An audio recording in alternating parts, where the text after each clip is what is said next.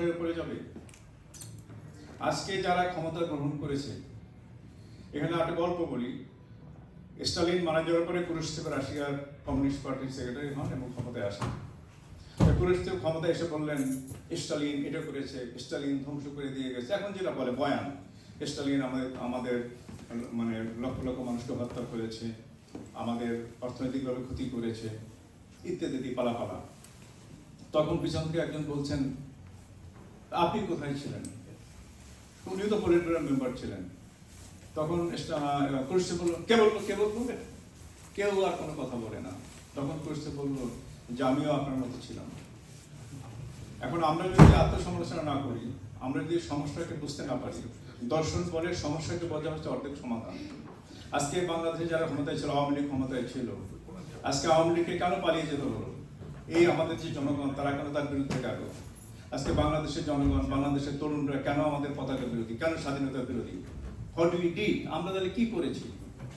আমরা 50 বছর কি অর্জন করেছি? আজকে আমাদের মধ্যে, আজকে আমি যদি স্বাধীনতার শত্রু হই এবং আমি যদি মুখে বলি আমি মুক্তিযোদ্ধা, তা মানুষ আমাকে গ্রহণ করবে না। মুক্তিযুদ্ধ কখনো শেষ হয়ে যায় না। মুক্তিযুদ্ধ আজ অন্য চলতে থাকে। এভরিডে আপনার সততার সংগ্রাম এভরিডে করতে হয়। একটা মা সন্তানকে আমৃত্যু ভালোবাসে, এখানে কোনো ছাড় দেওয়ার জায়গা নেই। এখানে পালিয়ে যান, এখানে কোনো সুযোগ নেই আপনাকে একটা দিন ঠিক আছে আজকে না কাল থেকে ভালোবাসবো। দেশপ্রেম তেমন একটা যে জিনিস, এটাকে প্রতি মুহূর্তে লালন করতে হয়। আমরা বাঙালি জাতি সুসংগঠিত করতে পারিনি। শেখ মুজিব ব্যর্থ হয়েছে, সে জাতিকে সংগঠিত করতে পারেনি, যার জন্য 3.5 বছরের মাথায় তাকে হত্যা করা হয়েছে এবং হোল বাংলাদেশে কোনো একটা শব্দ হয়নি।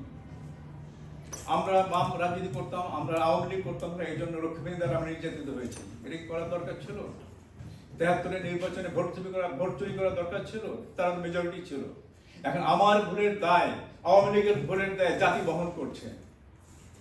সেটা আমাদের বুঝতে হবে যে আমাদের সমস্যা কি, আমাদের ত্রুটি কোথায়, কেন আমরা এখানে দাঁড়িয়ে আছি। আমরা যদি একই ভুল বারবার করি, আমরা ব্যক্তির উপরে নির্ভর করি।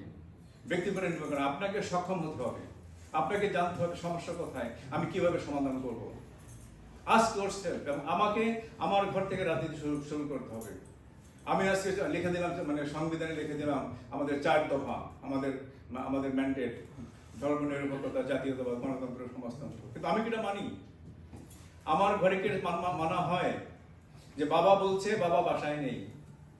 এটা যদি বলি আমার সন্তানকে আমি কি শেখাচ্ছি? আজকে আমরা যদি ধর্মনিরপেক্ষ নয়, আমি যদি সৎ না হই, আজকে যদি, তাহলে আমার সন্তানকে আমি সৎ হওয়ার জন্য কি করে বলবো?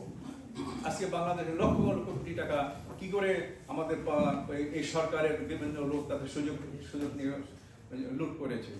যে সুযোগটা আজকে নিয়েছে পাকিস্তানের স্বাধীনতা, মানে বাংলাদেশের স্বাধীনতা বিরোধী শক্তি।